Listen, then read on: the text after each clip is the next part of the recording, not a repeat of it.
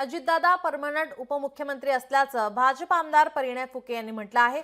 उपमुख्यमंत्री अजित पवार यांनी एका कार्यक्रमामध्ये बोलताना आपल्यालाही मुख्यमंत्री व्हावंसं वाटतं अशी खंत पुन्हा एकदा बोलून दाखवली। त्यावर आता प्रतिक्रिया देताना परिणय फुके यांनी अजितदादा परमनंट उपमुख्यमंत्री असल्याचं म्हटलंय, तर भाजपासोबत राहून मुख्यमंत्री होता येणार नाही असं म्हणत ठाकरेंच्या शिवसेनेचे खासदार संजय राऊत यांनी टोला लगावलाय। पाहुयात ते काय म्हणाले।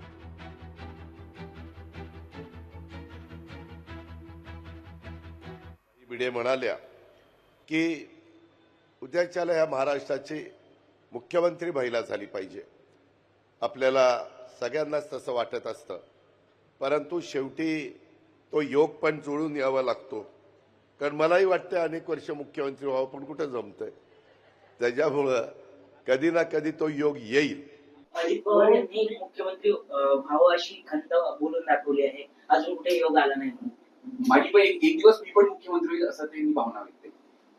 आता परमनंट उपमुख्यमंत्री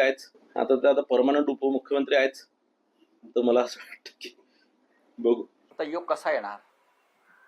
मी नेहमी सांगतो, छगन भुजबळ जर शिवसेनेमध्ये असते तर मुख्यमंत्री झाले असते,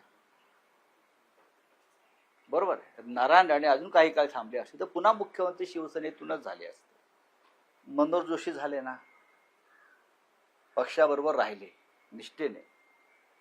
भारतीय जनता पक्षाबरोबर राहिलेले जे मित्र, एकनाथ शिंदे परत मुख्यमंत्री होणार नाही आणि अजित पवार सुद्धा भारतीय जनता पक्षाबरोबर राहून मुख्यमंत्री होणार नाही। जर हे दोन्ही पक्ष भाजपात विलीन झाले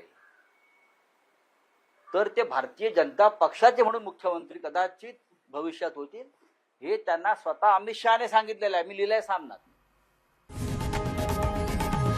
लोकशाही मराठी ऐका, पहा, जागरूक रहा।